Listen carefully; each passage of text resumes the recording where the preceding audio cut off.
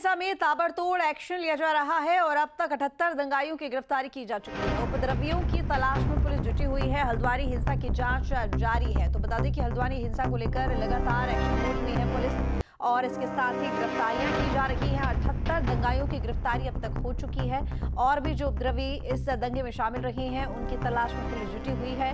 हल्द्वानी हिंसा को लेकर जांच भी लगातार जारी है। बनपुरा जो उपद्रव हुआ था उसमें 3 एफआईआर पंजीकृत हुई थी।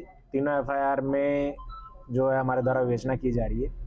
जो सबसे पहले वाली एफआईआर है जिसमें थाने के ऊपर हमले के मामला और पुलिस कर्मचारियों के ऊपर पेट्रोल बम और गोलीबारी का जो मामला है, उसमें आज 3 और अभियुक्तों की गिरफ्तारी हुई है। इसमें एक अयाज अहमद एक अभियुक्त जो है नामजद अभियुक्त है, आज इसकी भी गिरफ्तारी की गई है। इसके साथ ही जो नगर निगम के कर्मचारियों के ऊपर जो हमले का मामला था उसमें एक गिरफ्तारी आज उसमें हुई है। इस तरीके से आज 4 गिरफ्तारियां हुई है। अब तक ये सारे प्रकरण में 78 गिरफ्तारियां हो चुकी है। सर वो उपद्रवियों की तलाश में अब पुलिस लगातार जुटी हुई है। तो चलिए अब आगे बढ़ेंगे। हल्द्वानी के बनबुलपुरा में हुए दंगों के अब हालात सामान्य है, जनजीवन पटरी पर लौट आया है, लेकिन हमारे संवाददाता ने मुस्लिम और हिंदू इलाकों में पहुंचकर लोगों से बातचीत की है। क्या कुछ कहा उन्होंने, रिपोर्ट में देखिए।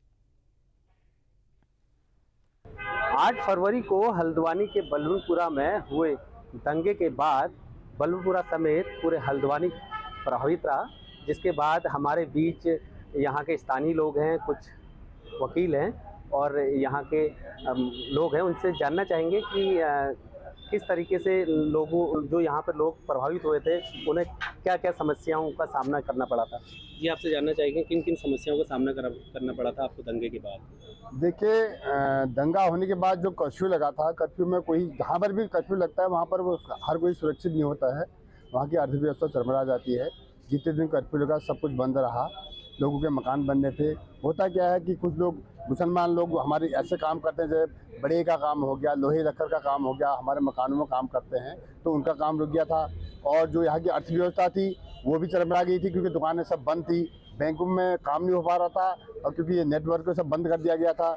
जी बिल्कुल, खास तौर पे इंटरनेट सेवा यहाँ के बंद कर दी गई थी, उसको किस तरीके से देखते हैं? देखिए, इंटरनेट सेवा बंद होने से ये प्रभाव पड़ा कि जो आपका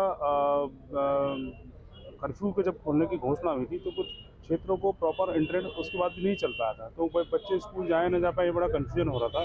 जैसे अभी हमारे सीनियर अधिवक्ता महोदय ने कहा कि आपका प्री बोर्ड का चल रहा था, बोर्ड की तैयारी चल रही थी स्कूलों में, तो बच्चों को कम्युनिकेशन नहीं पहुंच पाया था। उससे कई बच्चों ने अपने जो है एडमिट कार्ड वगैरह लेने में उन्हें दिक्कत हो रही थी। प्लस एक चीज़ ये भी थी कि स्कूल का जो खोला था इनने आधा हल्द्वानी इस तरफ का था जो खोल दिया था, उस तरफ का जहाँ कर्फ्यू का एरिया था वहाँ के बच्चे स्कूल नहीं आ पा रहे थे, तो उनका जो इस बीच का जो 1 हफ्ते का ड्यूरेशन था उस सिलेबस का उनको लॉस हुआ। क्योंकि तरीके की दिक्कतों का सामना करना पड़ा था खास तौर पर यहाँ के लोगों को। बिल्कुल, मैं सबसे पहले कहना चाहूँगा कि जो घटना ही अपने आप में बड़ी दुखद थी, निंदनीय थी, तो उसके नतीजे जाहिर सी बात है नकारात्मक ही रहे।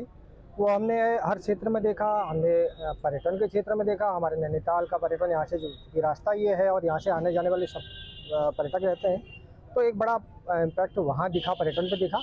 इसके अलावा तमाम जो रूटीन के जो हमारे काम हैं, जो हमारे दूसरे भाई लोग करते हैं, उनके जो डिपेंडेंट्स हैं, उस पर हमारा बहुत असर पड़ा। पर्यटन लोग वीकेंड्स का टाइम था, लोग आते हैं, नौकुचिया ताल, नैनीताल, मुक्तेश्वर, रामगढ़, ये पूरा बेल्ट जो है पर्यटकों से भरा रहता है और बहुत बड़ा जो है पर्यटन से अपने व्यापार मिलता है लोगों को, अलग अलग व्यापार चलते हैं, सब डायरेक्टली इनडायरेक्टली जुड़े हुए हैं, वो सारा बाधित हुआ।